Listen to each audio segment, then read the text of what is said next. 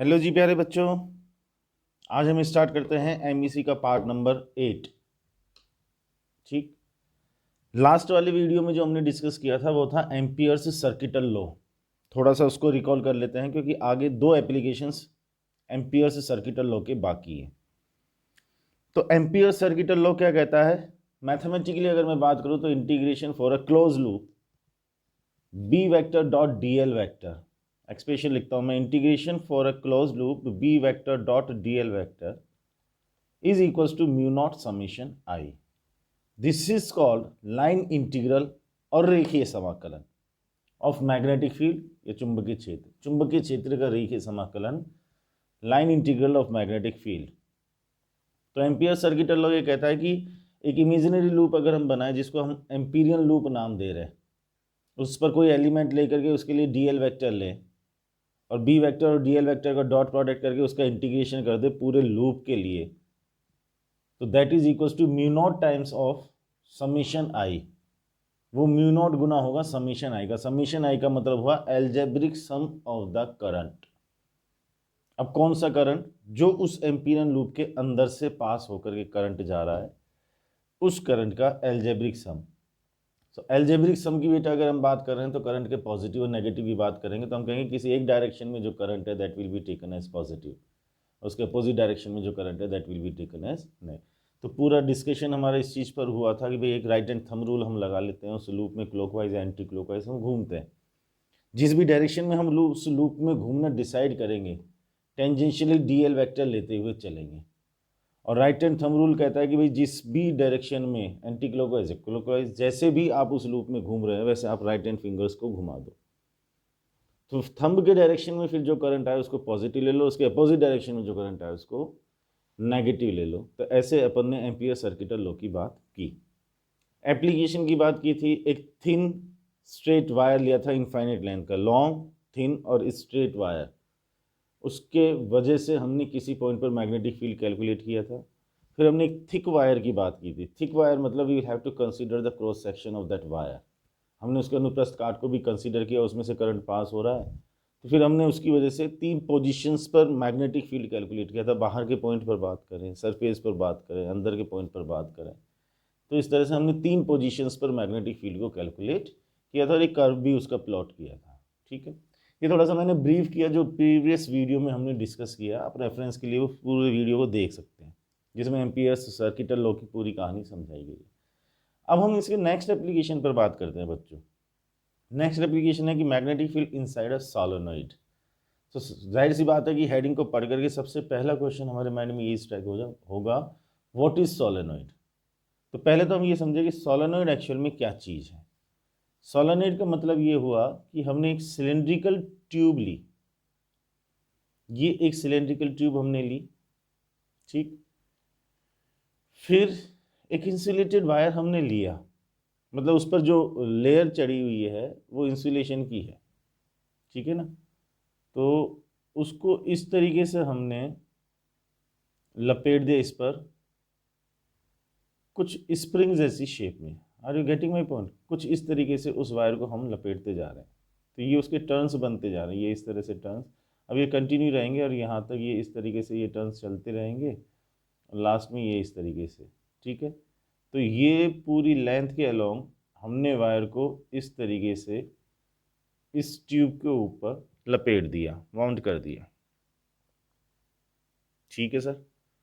अच्छा, फिगर में अगर हम बात करें तो हमें इन टर्न्स के बीच में गैप दिखाई दे रहा है, बट प्रैक्टिकली अगर हम बात करें तो ये टर्न्स आपस में सटे हुए हैं, बिल्कुल एक दूसरे को टच करते हुए, there is no gap between the turns. Okay, और पूरी लेंथ के अलोंग हमने इसको इस तरीके से लपेट दिया। अब मान लो हम इसमें यहाँ से आई करंट भेज दें तो यहाँ से आई करंट निकल जाएगा, तो इसके सारे टर्न्स में से इस तरह से आई करंट का फ्लो होगा, ठीक है। अब ये जो बनकर के तैयार हुआ बेटा, इसी को हम कहते हैं सोलेनॉइड। अब सोलेनॉइड में भी दो केस बनते हैं, एक नॉर्मल सोलेनॉइड की बात करें और एक सोलेनॉइड ले हम इनफाइनाइट लेंथ का। तो यहाँ जो हम डेरिवेशन करेंगे वो इनफाइनाइट लेंथ के सोलेनॉइड के लिए करेंगे। इनफाइनाइट लेंथ, इस सोलेनॉइड के लिए हम बात करेंगे। इनफाइनाइट लेंथ का मतलब क्या हुआ कि इस सोलेनॉइड या इस ट्यूब की जो लेंथ है उसके कंपैरिजन में इसके क्रॉस सेक्शन का जो रेडियस है वो बहुत कम है, तो ये हमने इसका एक्सिस ले लिया, ठीक है। अब इसके क्रॉस सेक्शन का रेडियस हम बहुत कम मान करके चल रहे हैं, तो जब हम इसमें चेक करके देखेंगे बेटा, तो बाहर के किसी भी पॉइंट पर जो मैग्नेटिक फील्ड आएगा, ठीक है, हम इसकी बहुत ज़्यादा डिटेल में नहीं जा रहे, बस इस चीज़ को थोड़ा सा समझने की कोशिश कर लें कि जब इस सोलेनॉइड में करंट का फ्लो होगा तो बाहर के किसी भी पॉइंट पर जो मैग्नेटिक फील्ड आएगा उसकी वैल्यू अंदर जो मैग्नेटिक फील्ड प्रोड्यूस होगा उसके कंपैरिजन में बहुत कम आएगी, नेग्लिजिबल आएगी।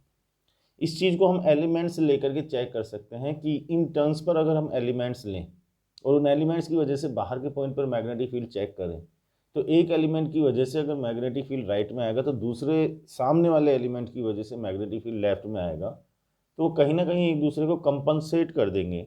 तो बाहर जो मैग्नेटिक फील्ड की वैल्यू आएगी वो बहुत नेग्लिजिबल वैल्यू आएगी अंदर जो मैग्नेटिक फील्ड है उसके कंपैरिजन में। तो डेरिवेशन के पॉइंट ऑफ व्यू से या चीज़ों को सिंप्लीफाई करने के पॉइंट ऑफ व्यू से हम ऐसा कंसीडर कर लेते हैं कि भाई अंदर तो मैग्नेटिक फील्ड है और बाहर मैग्नेटिक फील्ड ज़ीरो है, ठीक है। तो हम इनफाइनाइट लेंथ के सोलेनॉइड के लिए या लॉन्ग सोलेनॉइड के लिए बाहर के पॉइंट पर मैग्नेटिक फील्ड को ज़ीरो कंसीडर कर लेते हैं। अंदर के पॉइंट पर जो मैग्नेटिक फील्ड आएंगे वो सारे एलिमेंट्स की वजह से सेम डायरेक्शन में आ जाएंगे, इसलिए वो ऐड हो जाते हैं। ऐड हो जाते हैं तो मैग्नेटिक फील्ड की वैल्यू मिल जाती है हमको, ठीक है। दूसरी बात कि अंदर जो मैग्नेटिक फील्ड आएगा, क्योंकि हमने इसका क्रॉस सेक्शन काफ़ी कम कंसीडर किया है, रेडियस काफ़ी कम कंसीडर किया है, तो अंदर जो मैग्नेटिक फील्ड आएगा वो सारे पॉइंट्स पर एक्सिस के अलोंग आ जाएगा। तो एक्सिस के अलोंग इस डायरेक्शन में हमको मैग्नेटिक फील्ड मिल जाएगा सारे पॉइंट्स पर। तो अब फाइनली कंक्लूजन क्या है कि बाहर के पॉइंट पर magnetic field will be consider to be zero और अंदर के पॉइंट पर सारे पॉइंट्स पर same magnetic field same direction में, that is uniform magnetic field inside the solenoid. तो सोलेनॉइड के अंदर यूनिफॉर्म मैग्नेटिक फील्ड और बाहर मैग्नेटिक फील्ड हो गया जीरो। अब हमको अंदर मैग्नेटिक फील्ड कैलकुलेट करना है, तो उसके लिए हम एम्पियर्स लॉ अप्लाई करेंगे। एम्पियर्स लॉ अप्लाई करने के लिए हमको एक एम्पीरियल लूप बनाना पड़ेगा। तो यहाँ हमने थोड़ा सा स्मार्ट तरीके से सोचा और एम्पीरियल लूप कुछ इस तरीके से ड्रॉ किया बेटा। कैसे ड्रॉ किया कि हमने एक रेक्टेंगुलर एम्पीरियल लूप बनाया, रेक्टेंगुलर, ये रेक्टेंगुलर, ठीक है। अभी क्या फ़ायदा होगा, क्यों हमने रेक्टेंगल लिया वो बात समझ में आएगी। रेक्टेंगुलर एम्पीरियल लूप बनाया जिसका कुछ पार्ट तो सोलेनॉइड के अंदर और कुछ पार्ट सोलेनॉइड के बाहर है। इसको हमने नाम दे दिया है पी क्यू आर एस से the length of this is L, इसकी लेंथ एल है, ठीक है। अब हम इसके लिए एम्पियर्स लॉ अप्लाई करते हैं, मतलब integration close loop B vector dot D L vector equals to mu naught summation I. पहले हम इसका लेफ्ट हैंड साइड कैलकुलेट करते हैं कि लेफ्ट हैंड साइड क्या आता है। अब थोड़ा सा सोच करके देखना है कि बी और डी एल के बीच में एंगल कितना। हमने कहा कि अंदर का जो मैग्नेटिक फील्ड है यूनिफॉर्म मैग्नेटिक फील्ड है, एक्सिस के अलोंग है। तो पी क्यू पार्ट के लिए अगर मैं बात करूंगा तो मैग्नेटिक फील्ड तो लेफ्ट साइड में आ रहा है। पी क्यू पार्ट के लिए अगर बात करूँ तो मैग्नेटिक फील्ड लेफ्ट साइड में, और इस पर अगर मैं एलिमेंट लूंगा तो डीएल वेक्टर का डायरेक्शन हमने कैसे डिसाइड किया था कि भाई लूप में घूमना डिसाइड करो कि क्लॉकवाइज घूमोगे एंटी क्लॉकवाइज घूमोगे। अब मैंने डिसाइड कर लिया कि मैं P Q R S P ऐसे एक राउंड लगाऊंगा, क्लॉकवाइज राउंड लगाऊंगा। तो पी क्यू पार्ट के लिए अगर हम डीएल वेक्टर लेंगे तो इस पर टेंजेंशियली लेफ्ट साइड में चलेंगे क्योंकि हमने लेफ्ट साइड में घूमना स्टार्ट किया है। तो पी क्यू के लिए बी वेक्टर और डीएल वेक्टर सेम डायरेक्शन में हो गया। क्यू आर पार्ट के लिए अगर हम बात करेंगे तो डीएल वेक्टर हो गया क्यू आर के अलोंग, मतलब इसकी लेंथ के अलोंग, मतलब परपेंडिकुलर, एक्सिस के परपेंडिकुलर इस डायरेक्शन में डीएल वेक्टर आएगा और बी वेक्टर इस डायरेक्शन में। अब चेक करें तो पी क्यू पार्ट के लिए बी और डीएल के बीच में एंगल 0 हो गया और क्यू आर पार्ट के लिए एंगल 90 डिग्री हो गया। समस्या हमारे सामने क्या आ गई कि एंगल को 0 डिग्री लिया जाए या 90 डिग्री लिया जाए। अच्छा, कुछ इस तरीके की समस्या तब भी आती थी जब हम गॉस थ्योरम को अप्लाई करते थे। हमने सिलेंड्रिकल गॉसियन सरफेस बनाई तो कर्व सरफेस के लिए हमने नोटिस किया था कि ई और डी ए सेम डायरेक्शन में। सर्कुलर सरफेस के लिए हमने ऑब्जर्व किया था कि ई और डी एक दूसरे के परपेंडिकुलर डायरेक्शन में, तो वहाँ भी 0 डिग्री और 90 डिग्री वाली बात आई। तो जिस तरह से सॉल्यूशन हमने वहाँ निकाला उसी तरह से सॉल्यूशन यहाँ निकालेंगे, क्योंकि यहाँ पर भी B vector dot D L vector मतलब आएगा तो स्केलर ही। तो हमने कहा कि यार ये पूरा इंटीग्रेशन एक साथ तो नहीं हो पाएगा, मतलब पूरे एम्पीरियन लूप के लिए तो इंटीग्रेशन एक साथ नहीं हो पाएगा। हम एक काम करें, इंटीग्रेशन करें पी क्यू के लिए, फिर करें क्यू आर के लिए, फिर आर एस के लिए, फिर एस पी के लिए, और सबको ऐड कर दे तो पूरा इंटीग्रेशन हो जाएगा। तो हमने इसको किस तरह से लिखा, हमने लिखा इंटीग्रेशन क्लोज लूप के लिए B vector dot D L vector that is equals to B vector dot D L vector that is for P Q plus integration B vector dot D L vector Q R plus integration B vector dot D L vector R S plus integration B vector dot D L vector S P. Clear? अब P Q के लिए अगर हम बात करेंगे तो लिखेंगे B D L cos 0 degree, ये पी क्यू के लिए। क्यू आर के लिए अगर हम बात करेंगे तो लिखेंगे B D L cos 90 degree, ये क्यू आर के लिए। आर एस के लिए देखो, आर एस बाहर वाला पोर्शन है, तो बाहर वाले पोर्शन पर अगर हम बात करेंगे तो मैग्नेटिक फील्ड ही 0 लिया है, तो ये आर एस वाला जो इंटीग्रेशन है तो 0 हो ही जाएगा।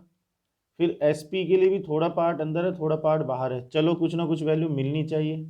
यहाँ भी हम चेक करेंगे तो डी एल वैक्टर नीचे के डायरेक्शन में और बी वैक्टर इस डायरेक्शन में, तो यहाँ भी एंगल 90 डिग्री आएगा, तो हमने लिखा बी डी एल कोस 90 और ये आ गया एस पी। अब कोस 90 से ये वैल्यू 0 और ये वैल्यू भी 0, तो क्या आ गया integration B D L cos 0 की वैल्यू 1 हो गई पी क्यू पार्ट। इसीलिए हमने रेक्टेंगुलर लूप लिया था कि यहाँ पर कैलकुलेशन करना इजी हो गया। तो अब पी क्यू के लिए इंटीग्रेशन करना है, बी तो यूनिफॉर्म है तो बी को हमने बाहर कर दिया, integration D L. P Q part के लिए डी एल का इंटीग्रेशन, पी क्यू पार्ट के लिए अगर D L plus D L plus D L करेंगे तो टोटल लेंथ एल आ जाएगी, हमने लिख दिया बी एल। ये आ गया हमारा left hand side. Clear? Right hand side की अगर हम बात करें तो राइट हैंड साइड कहता है mu naught summation I that is equals to mu naught. अब समेशन आई का मतलब है एम्पीरियन लूप के अंदर से पास होने वाले करंट्स का एल्जेब्रिक सम। ठीक है, मान लो इस सोलेनोइड के लिए नंबर ऑफ टर्न्स, ये एक इंपॉर्टेंट बात है, थोड़ा सा ध्यान से समझना, नंबर ऑफ टर्न्स पर यूनिट लेंथ में स्मॉल एन है, यूनिट लेंथ में number of turns small N है। ये जो लेंथ हमें दिखाई दे रही है इस एम्पीरियन लूप की एल है, तो P से Q तक का जो पोर्शन है या R से S तक का जो पोर्शन है, मतलब ये जो L लेंथ है बच्चों, इस लेंथ के अंदर कितने टर्न्स आएंगे? हमने कहा कि यूनिट लेंथ में तो इतने टर्न्स हैं, तो L लेंथ में कितने टर्न्स आ जाएंगे? NL। ये तो टोटल नंबर ऑफ टर्न्स हो गए लूप के अंदर, और एक टर्न में से जो करंट है वो आई है।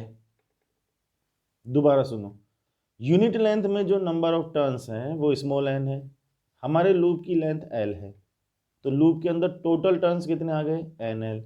एक टर्न में आई करंट, तो इसमें से पास होने वाला टोटल करंट कितना होगा? एन एल इंटू आई। तो हमने इसको लिखा एन एल, सॉरी ये आ गया हमारा एन एल आई, मतलब summation I equals to N L I लिखा।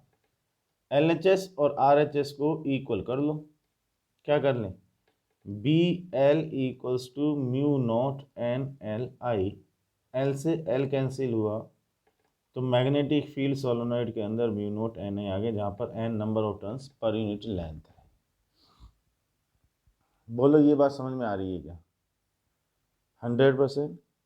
ठीक है। अच्छा, फाइनाइट लेंथ के लिए एक्सप्रेशन मैं आपको डायरेक्ट बता देता हूँ, उसका डेरिवेशन हमारे सिलेबस में नहीं है किसी भी तरह से। फाइनाइट लेंथ का सोलेनोइड अगर हम लें और अंदर के पॉइंट पर मैग्नेटिक फील्ड निकालें तो वो एक्सप्रेशन याद रख लेना, जैसे ये सोलेनोइड है हमारा फाइनाइट लेंथ का, ठीक, ये इसका एक्सिस है, एक्सिस पर यहाँ कहीं कोई पॉइंट है, इस पॉइंट पर मैग्नेटिक फील्ड लिखना है, तो अपन लिखेंगे क्या? पहली बात तो इस पॉइंट को इस एंड से ज्वाइन करो और पॉइंट को इस एंड से भी ज्वाइन करो, फिर यहाँ से घूमो क्लॉकवाइज, एंगल बोलो θ1, यहाँ से और क्लॉकवाइज घूमो, ये एंगल बोलो θ2। तो पी पॉइंट पर मैग्नेटिक फील्ड लिखेंगे mu naught N I upon 2 cos theta 1 minus cos theta 2।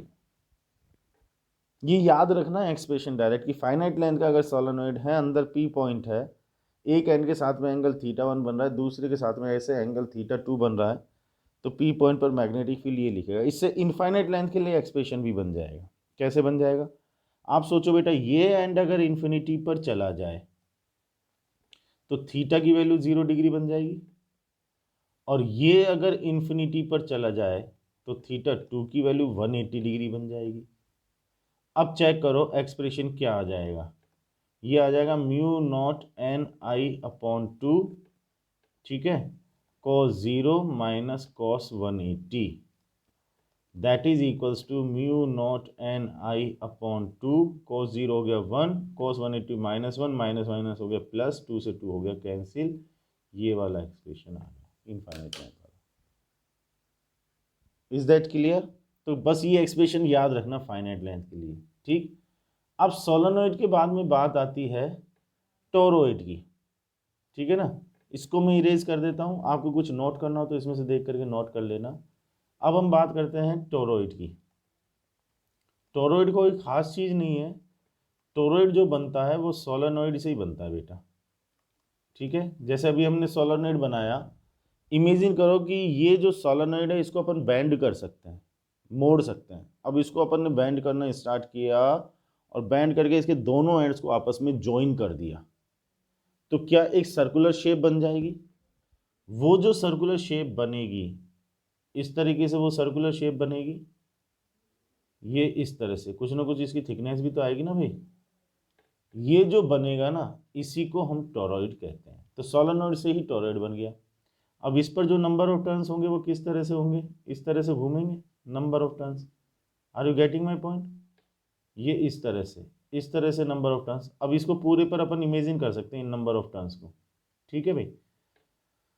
अब इसके यहाँ एक्सिस के अलोंग, अब ये इस तरह से हो जाएगा इसका एक्सिस, तो इसके अलोंग मैग्नेटिक फील्ड अब अपन को किस तरीके से मिलेगा, ठीक है, वो देखते हैं एक बार कि इसके अलोंग मैग्नेटिक फील्ड अपन को कैसे मिलेगा। जो स्ट्रेट था एक्सिस वो अब इस तरह से सर्कुलर फॉर्म में हो गया।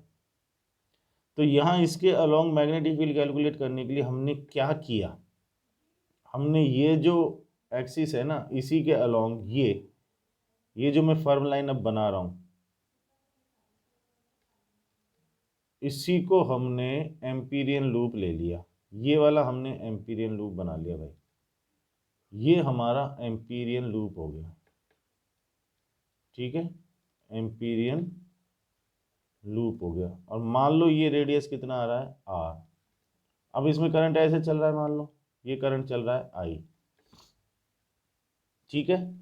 तो अब हम ये मैग्नेटिक फील्ड कैसे कैलकुलेट करेंगे, इंटीग्रेशन एम्पियर लॉ से B dot D L equals to mu naught summation I, ठीक है। दोनों को अब साथ के साथ अपन लेकर के चलते हैं। अब इसमें जो मैग्नेटिक फील्ड आएगा वो चेक करके देखो, इस तरह से एक्सिस के अलोंग आता जाएगा ना मैग्नेटिक फील्ड, ये टेंजेंशियली, ये ऐसे मैग्नेटिक फील्ड ऐसे ऐसे ऐसे, और डीएल भी हमारा इसी तरह से टेंजेंशियली मिल जाएगा। तो हमने क्या किया, हमने लिखा B D L cos 0 integration that is equals to mu naught, ठीक है।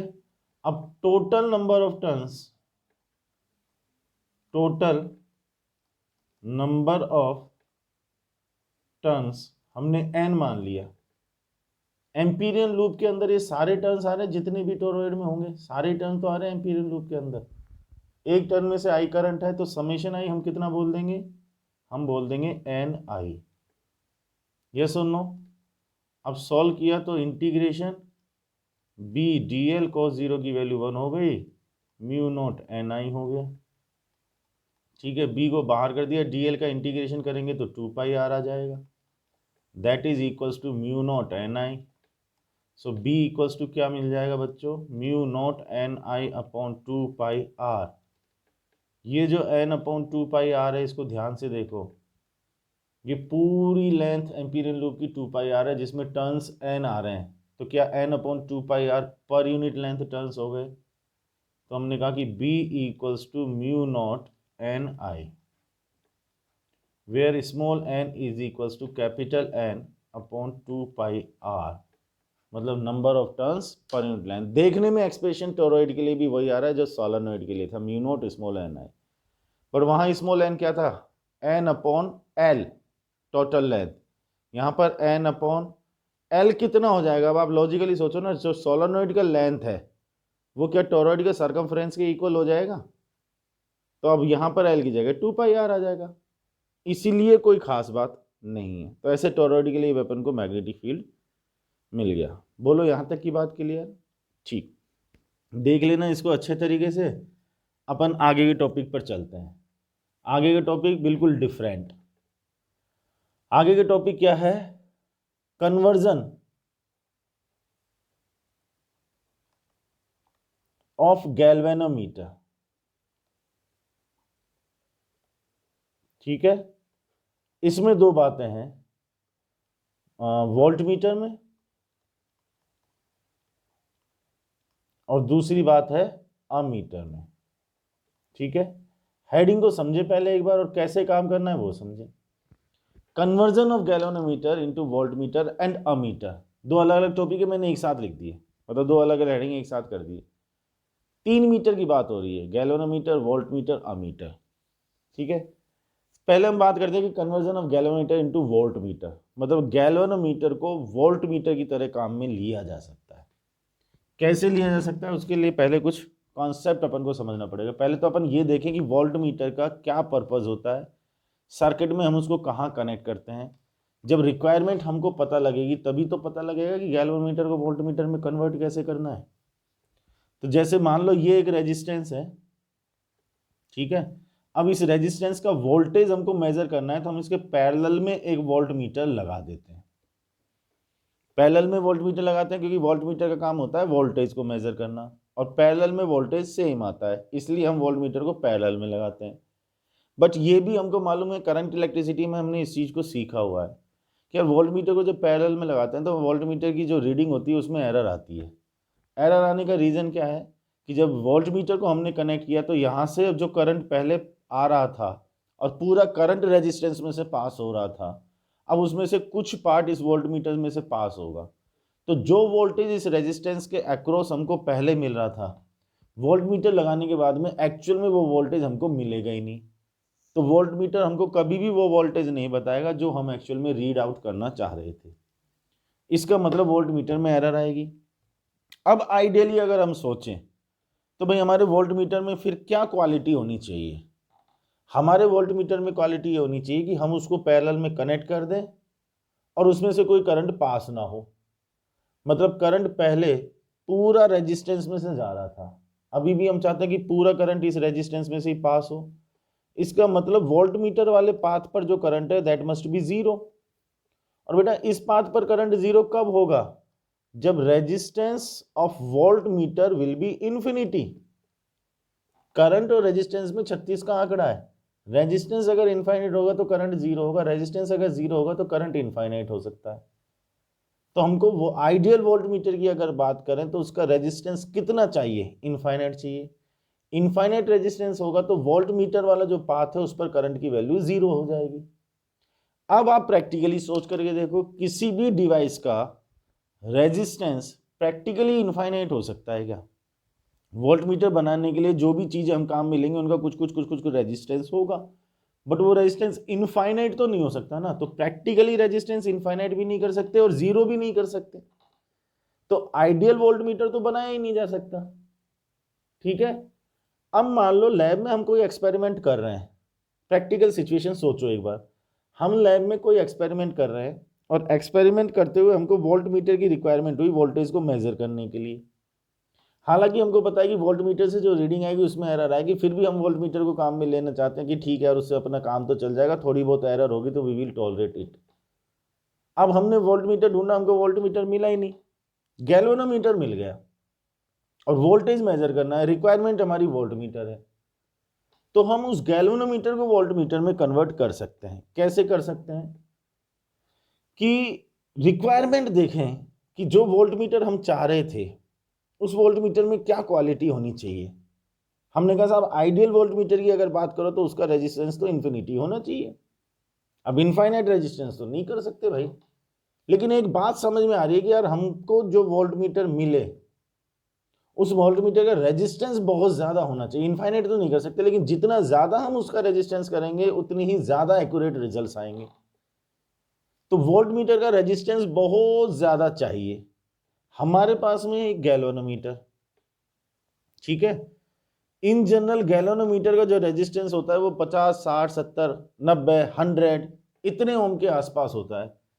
तो अब मैंने आपसे कहा कि यार ये गैल्वेनोमीटर लो, इसका रेजिस्टेंस 50 ओम है और तुम इसको वोल्ट मीटर में कन्वर्ट कर लो।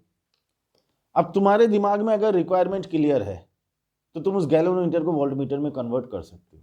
तुमको पता है कि यार ये जो वोल्ट मीटर बनाना है इसका रेजिस्टेंस अपन को बहुत ज़्यादा करना है और हमारे पास जो गैल्वेनोमीटर है उसका रेजिस्टेंस तो बहुत कम है।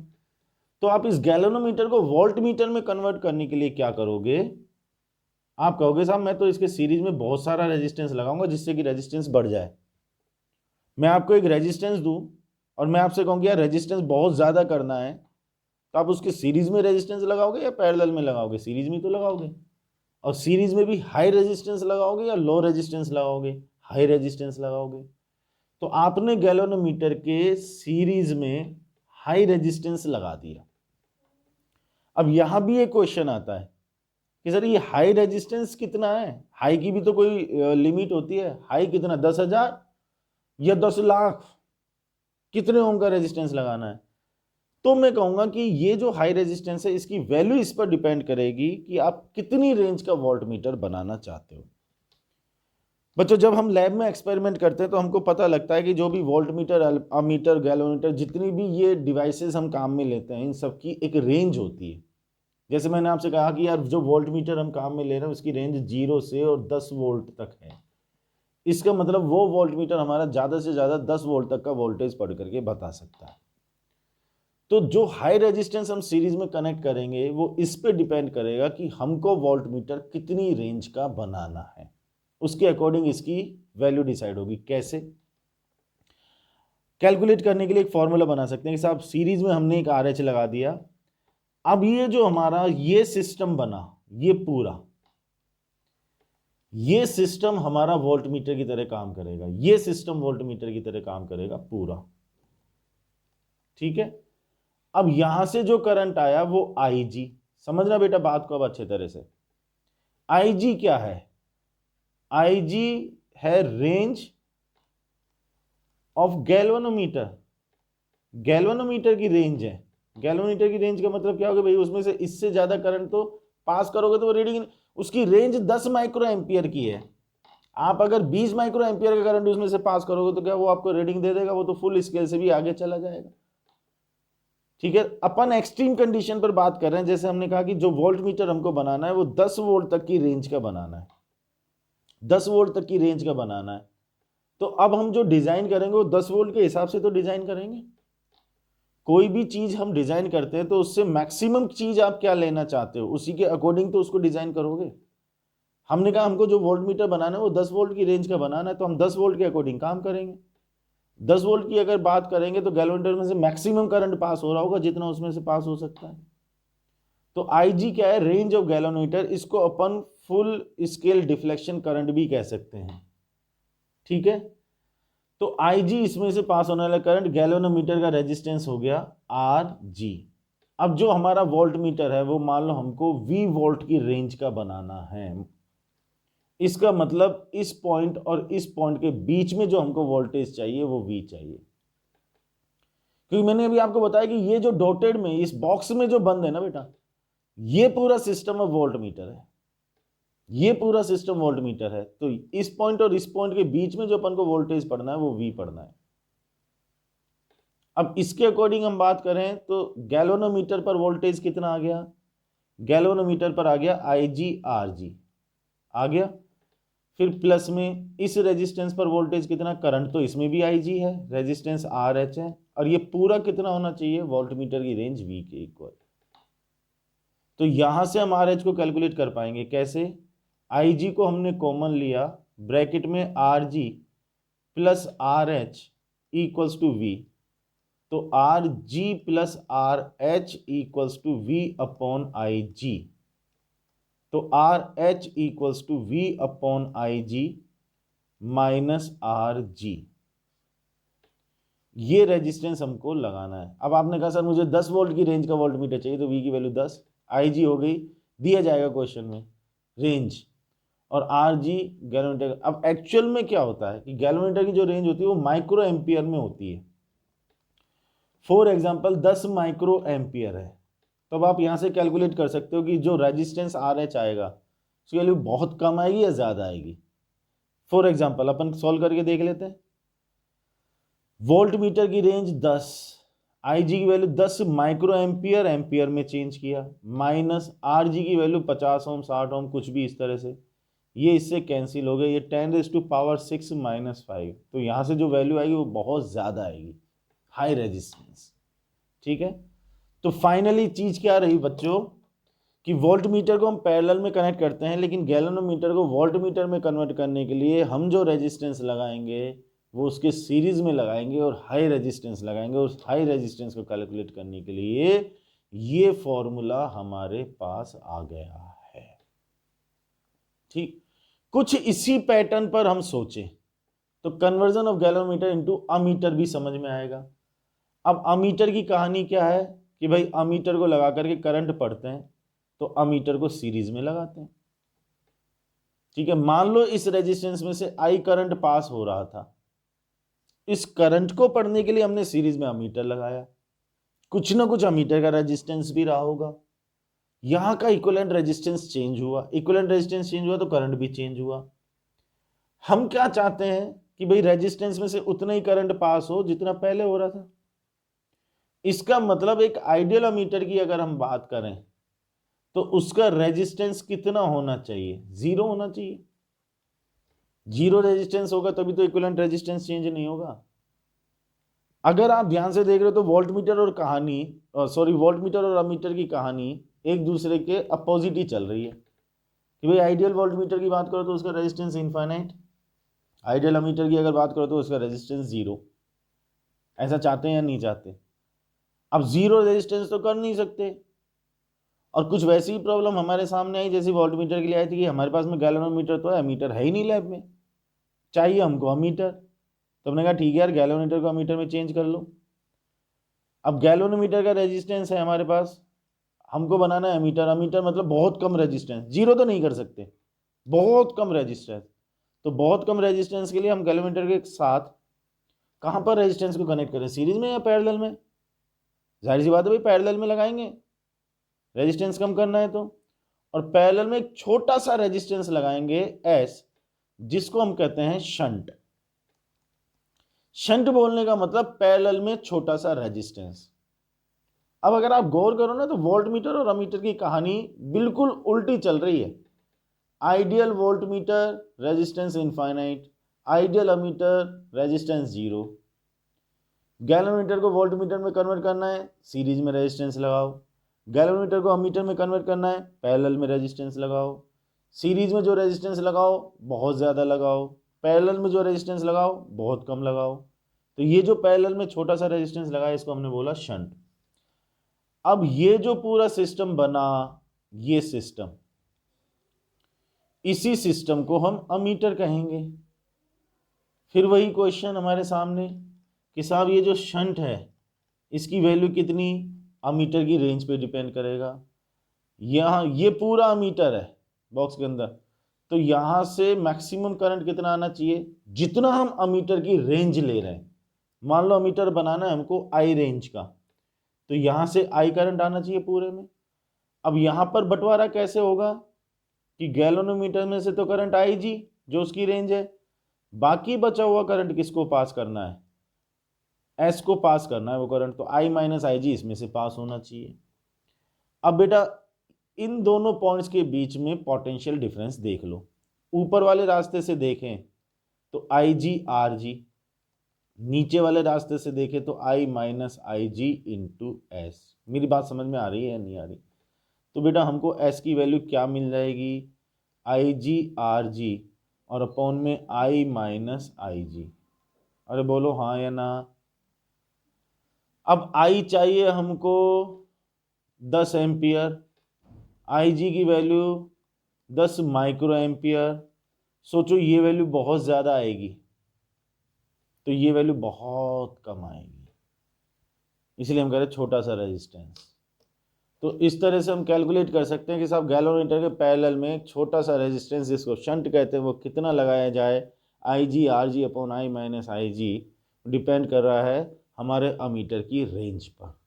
ठीक है, so this is all about the conversion of galvanometer into voltmeter and ammeter. एक बार समरी अपन फटाफट से देखें। वोल्टमीटर को पैरेलल में लगाते हैं, कन्वर्जन के लिए रेजिस्टेंस को सीरीज में लगाना है। अमीटर को सीरीज में लगाते हैं, कन्वर्जन के लिए रेजिस्टेंस को पैरेलल में लगाना है।